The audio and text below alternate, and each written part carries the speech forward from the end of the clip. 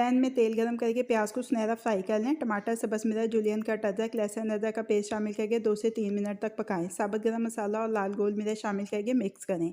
आलू और उबला हुआ बीफ शामिल करके 2 से 3 मिनट तक भून लें। पानी शामिल करके ढककर इतनी देर तक पकाएं कि आलू गल जाएं। पानी डालकर मिक्स कर लें। भुना और कुटा हुआ जीरा और धनिया, कुटी काली मिर्च, लाल मिर्च का पाउडर और नमक शामिल करके मिक्स करें। पानी में उबाल आ जाए तो भीगे हुए चावल शामिल करें। दम से पहले टमाटर और हरी मिर्चें शामिल करें। दम आ जाए तो चूल्हा बंद करके चावलों को मिक्स कर लें। डिश आउट करके सब्ज़ धनिया के साथ गार्निश करें। बहुत ही जायकेदार आलू बीफ पुलाव सर्विंग के लिए तैयार है।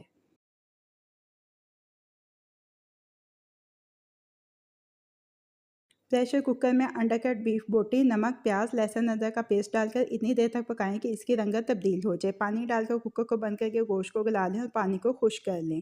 प्याले में निकाल कर ठंडा कर लें। सफ़ेद तिल, जीरा पाउडर, धनिया पाउडर, हल्दी, लाल मिर्च का पाउडर, कुटी हुई लाल मिर्च, गरम मसाला पाउडर, अजवाइन, नींबू का रस और चिली सॉस डालकर अच्छी तरह से मिक्स कर लें।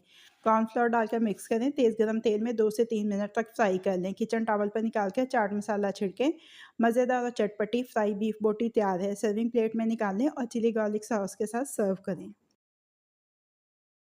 पतीली में तेल गरम करके प्याज को गुलाबी माइल होने तक पका लें। लहसुन अदरक का पेस्ट डालकर 2 से 3 मिनट तक पकाएं। अंडरकट बीफ डालकर इतनी देर तक पकाएं कि गोश्त की रंगत तब्दील हो जाए। बीफ नहारी मसाला डालकर अच्छी तरह से भून लें। पानी डालकर ढक्कन लगाकर इतनी देर तक पकाएं कि गोश्त मुकम्मल तौर पर गल जाए। गंदम के आटे में पानी शामिल करके पेस्ट बना लें। निहारी में शामिल करके मसाले को गाढ़ा कर लें। एक पैन में तेल गरम करके लाल कश्मीरी मिर्च डालकर तड़का तैयार करें और निहारी में शामिल करके मिक्स करें। मज़ेदार बीफ निहारी तैयार है। डिश आउट करके अदरक, सब्ज़ मिर्च, सब्ज़ धनिया और लीमू के स्लाइसिस के साथ गार्निश करके सर्व करें। बीफ में नमक, हल्दी और पानी शामिल करके प्रेशर कुकर में गला लें। गोश्त और यखनी को अलग कर लें। पैन में तेल गरम करके लहसुन अदरक के पेस्ट को 1 से 2 मिनट तक पकाएं। उबला हुआ बीफ शामिल करके 3-4 मिनट तक पकाएं। टमाटो प्योरी शामिल करके अच्छी तरह से भून लें। कुटी हुई काली मिर्च, भुना और कुटा हुआ जीरा और धनिया शामिल करके 2 से 3 मिनट तक पकाएं। दही शामिल करके मिक्स कर लें। यखनी शामिल करके ढक्कन लगाकर इतनी देर तक पकाएं कि मसाले गोश्त में अच्छी तरह से रच बस जाएं।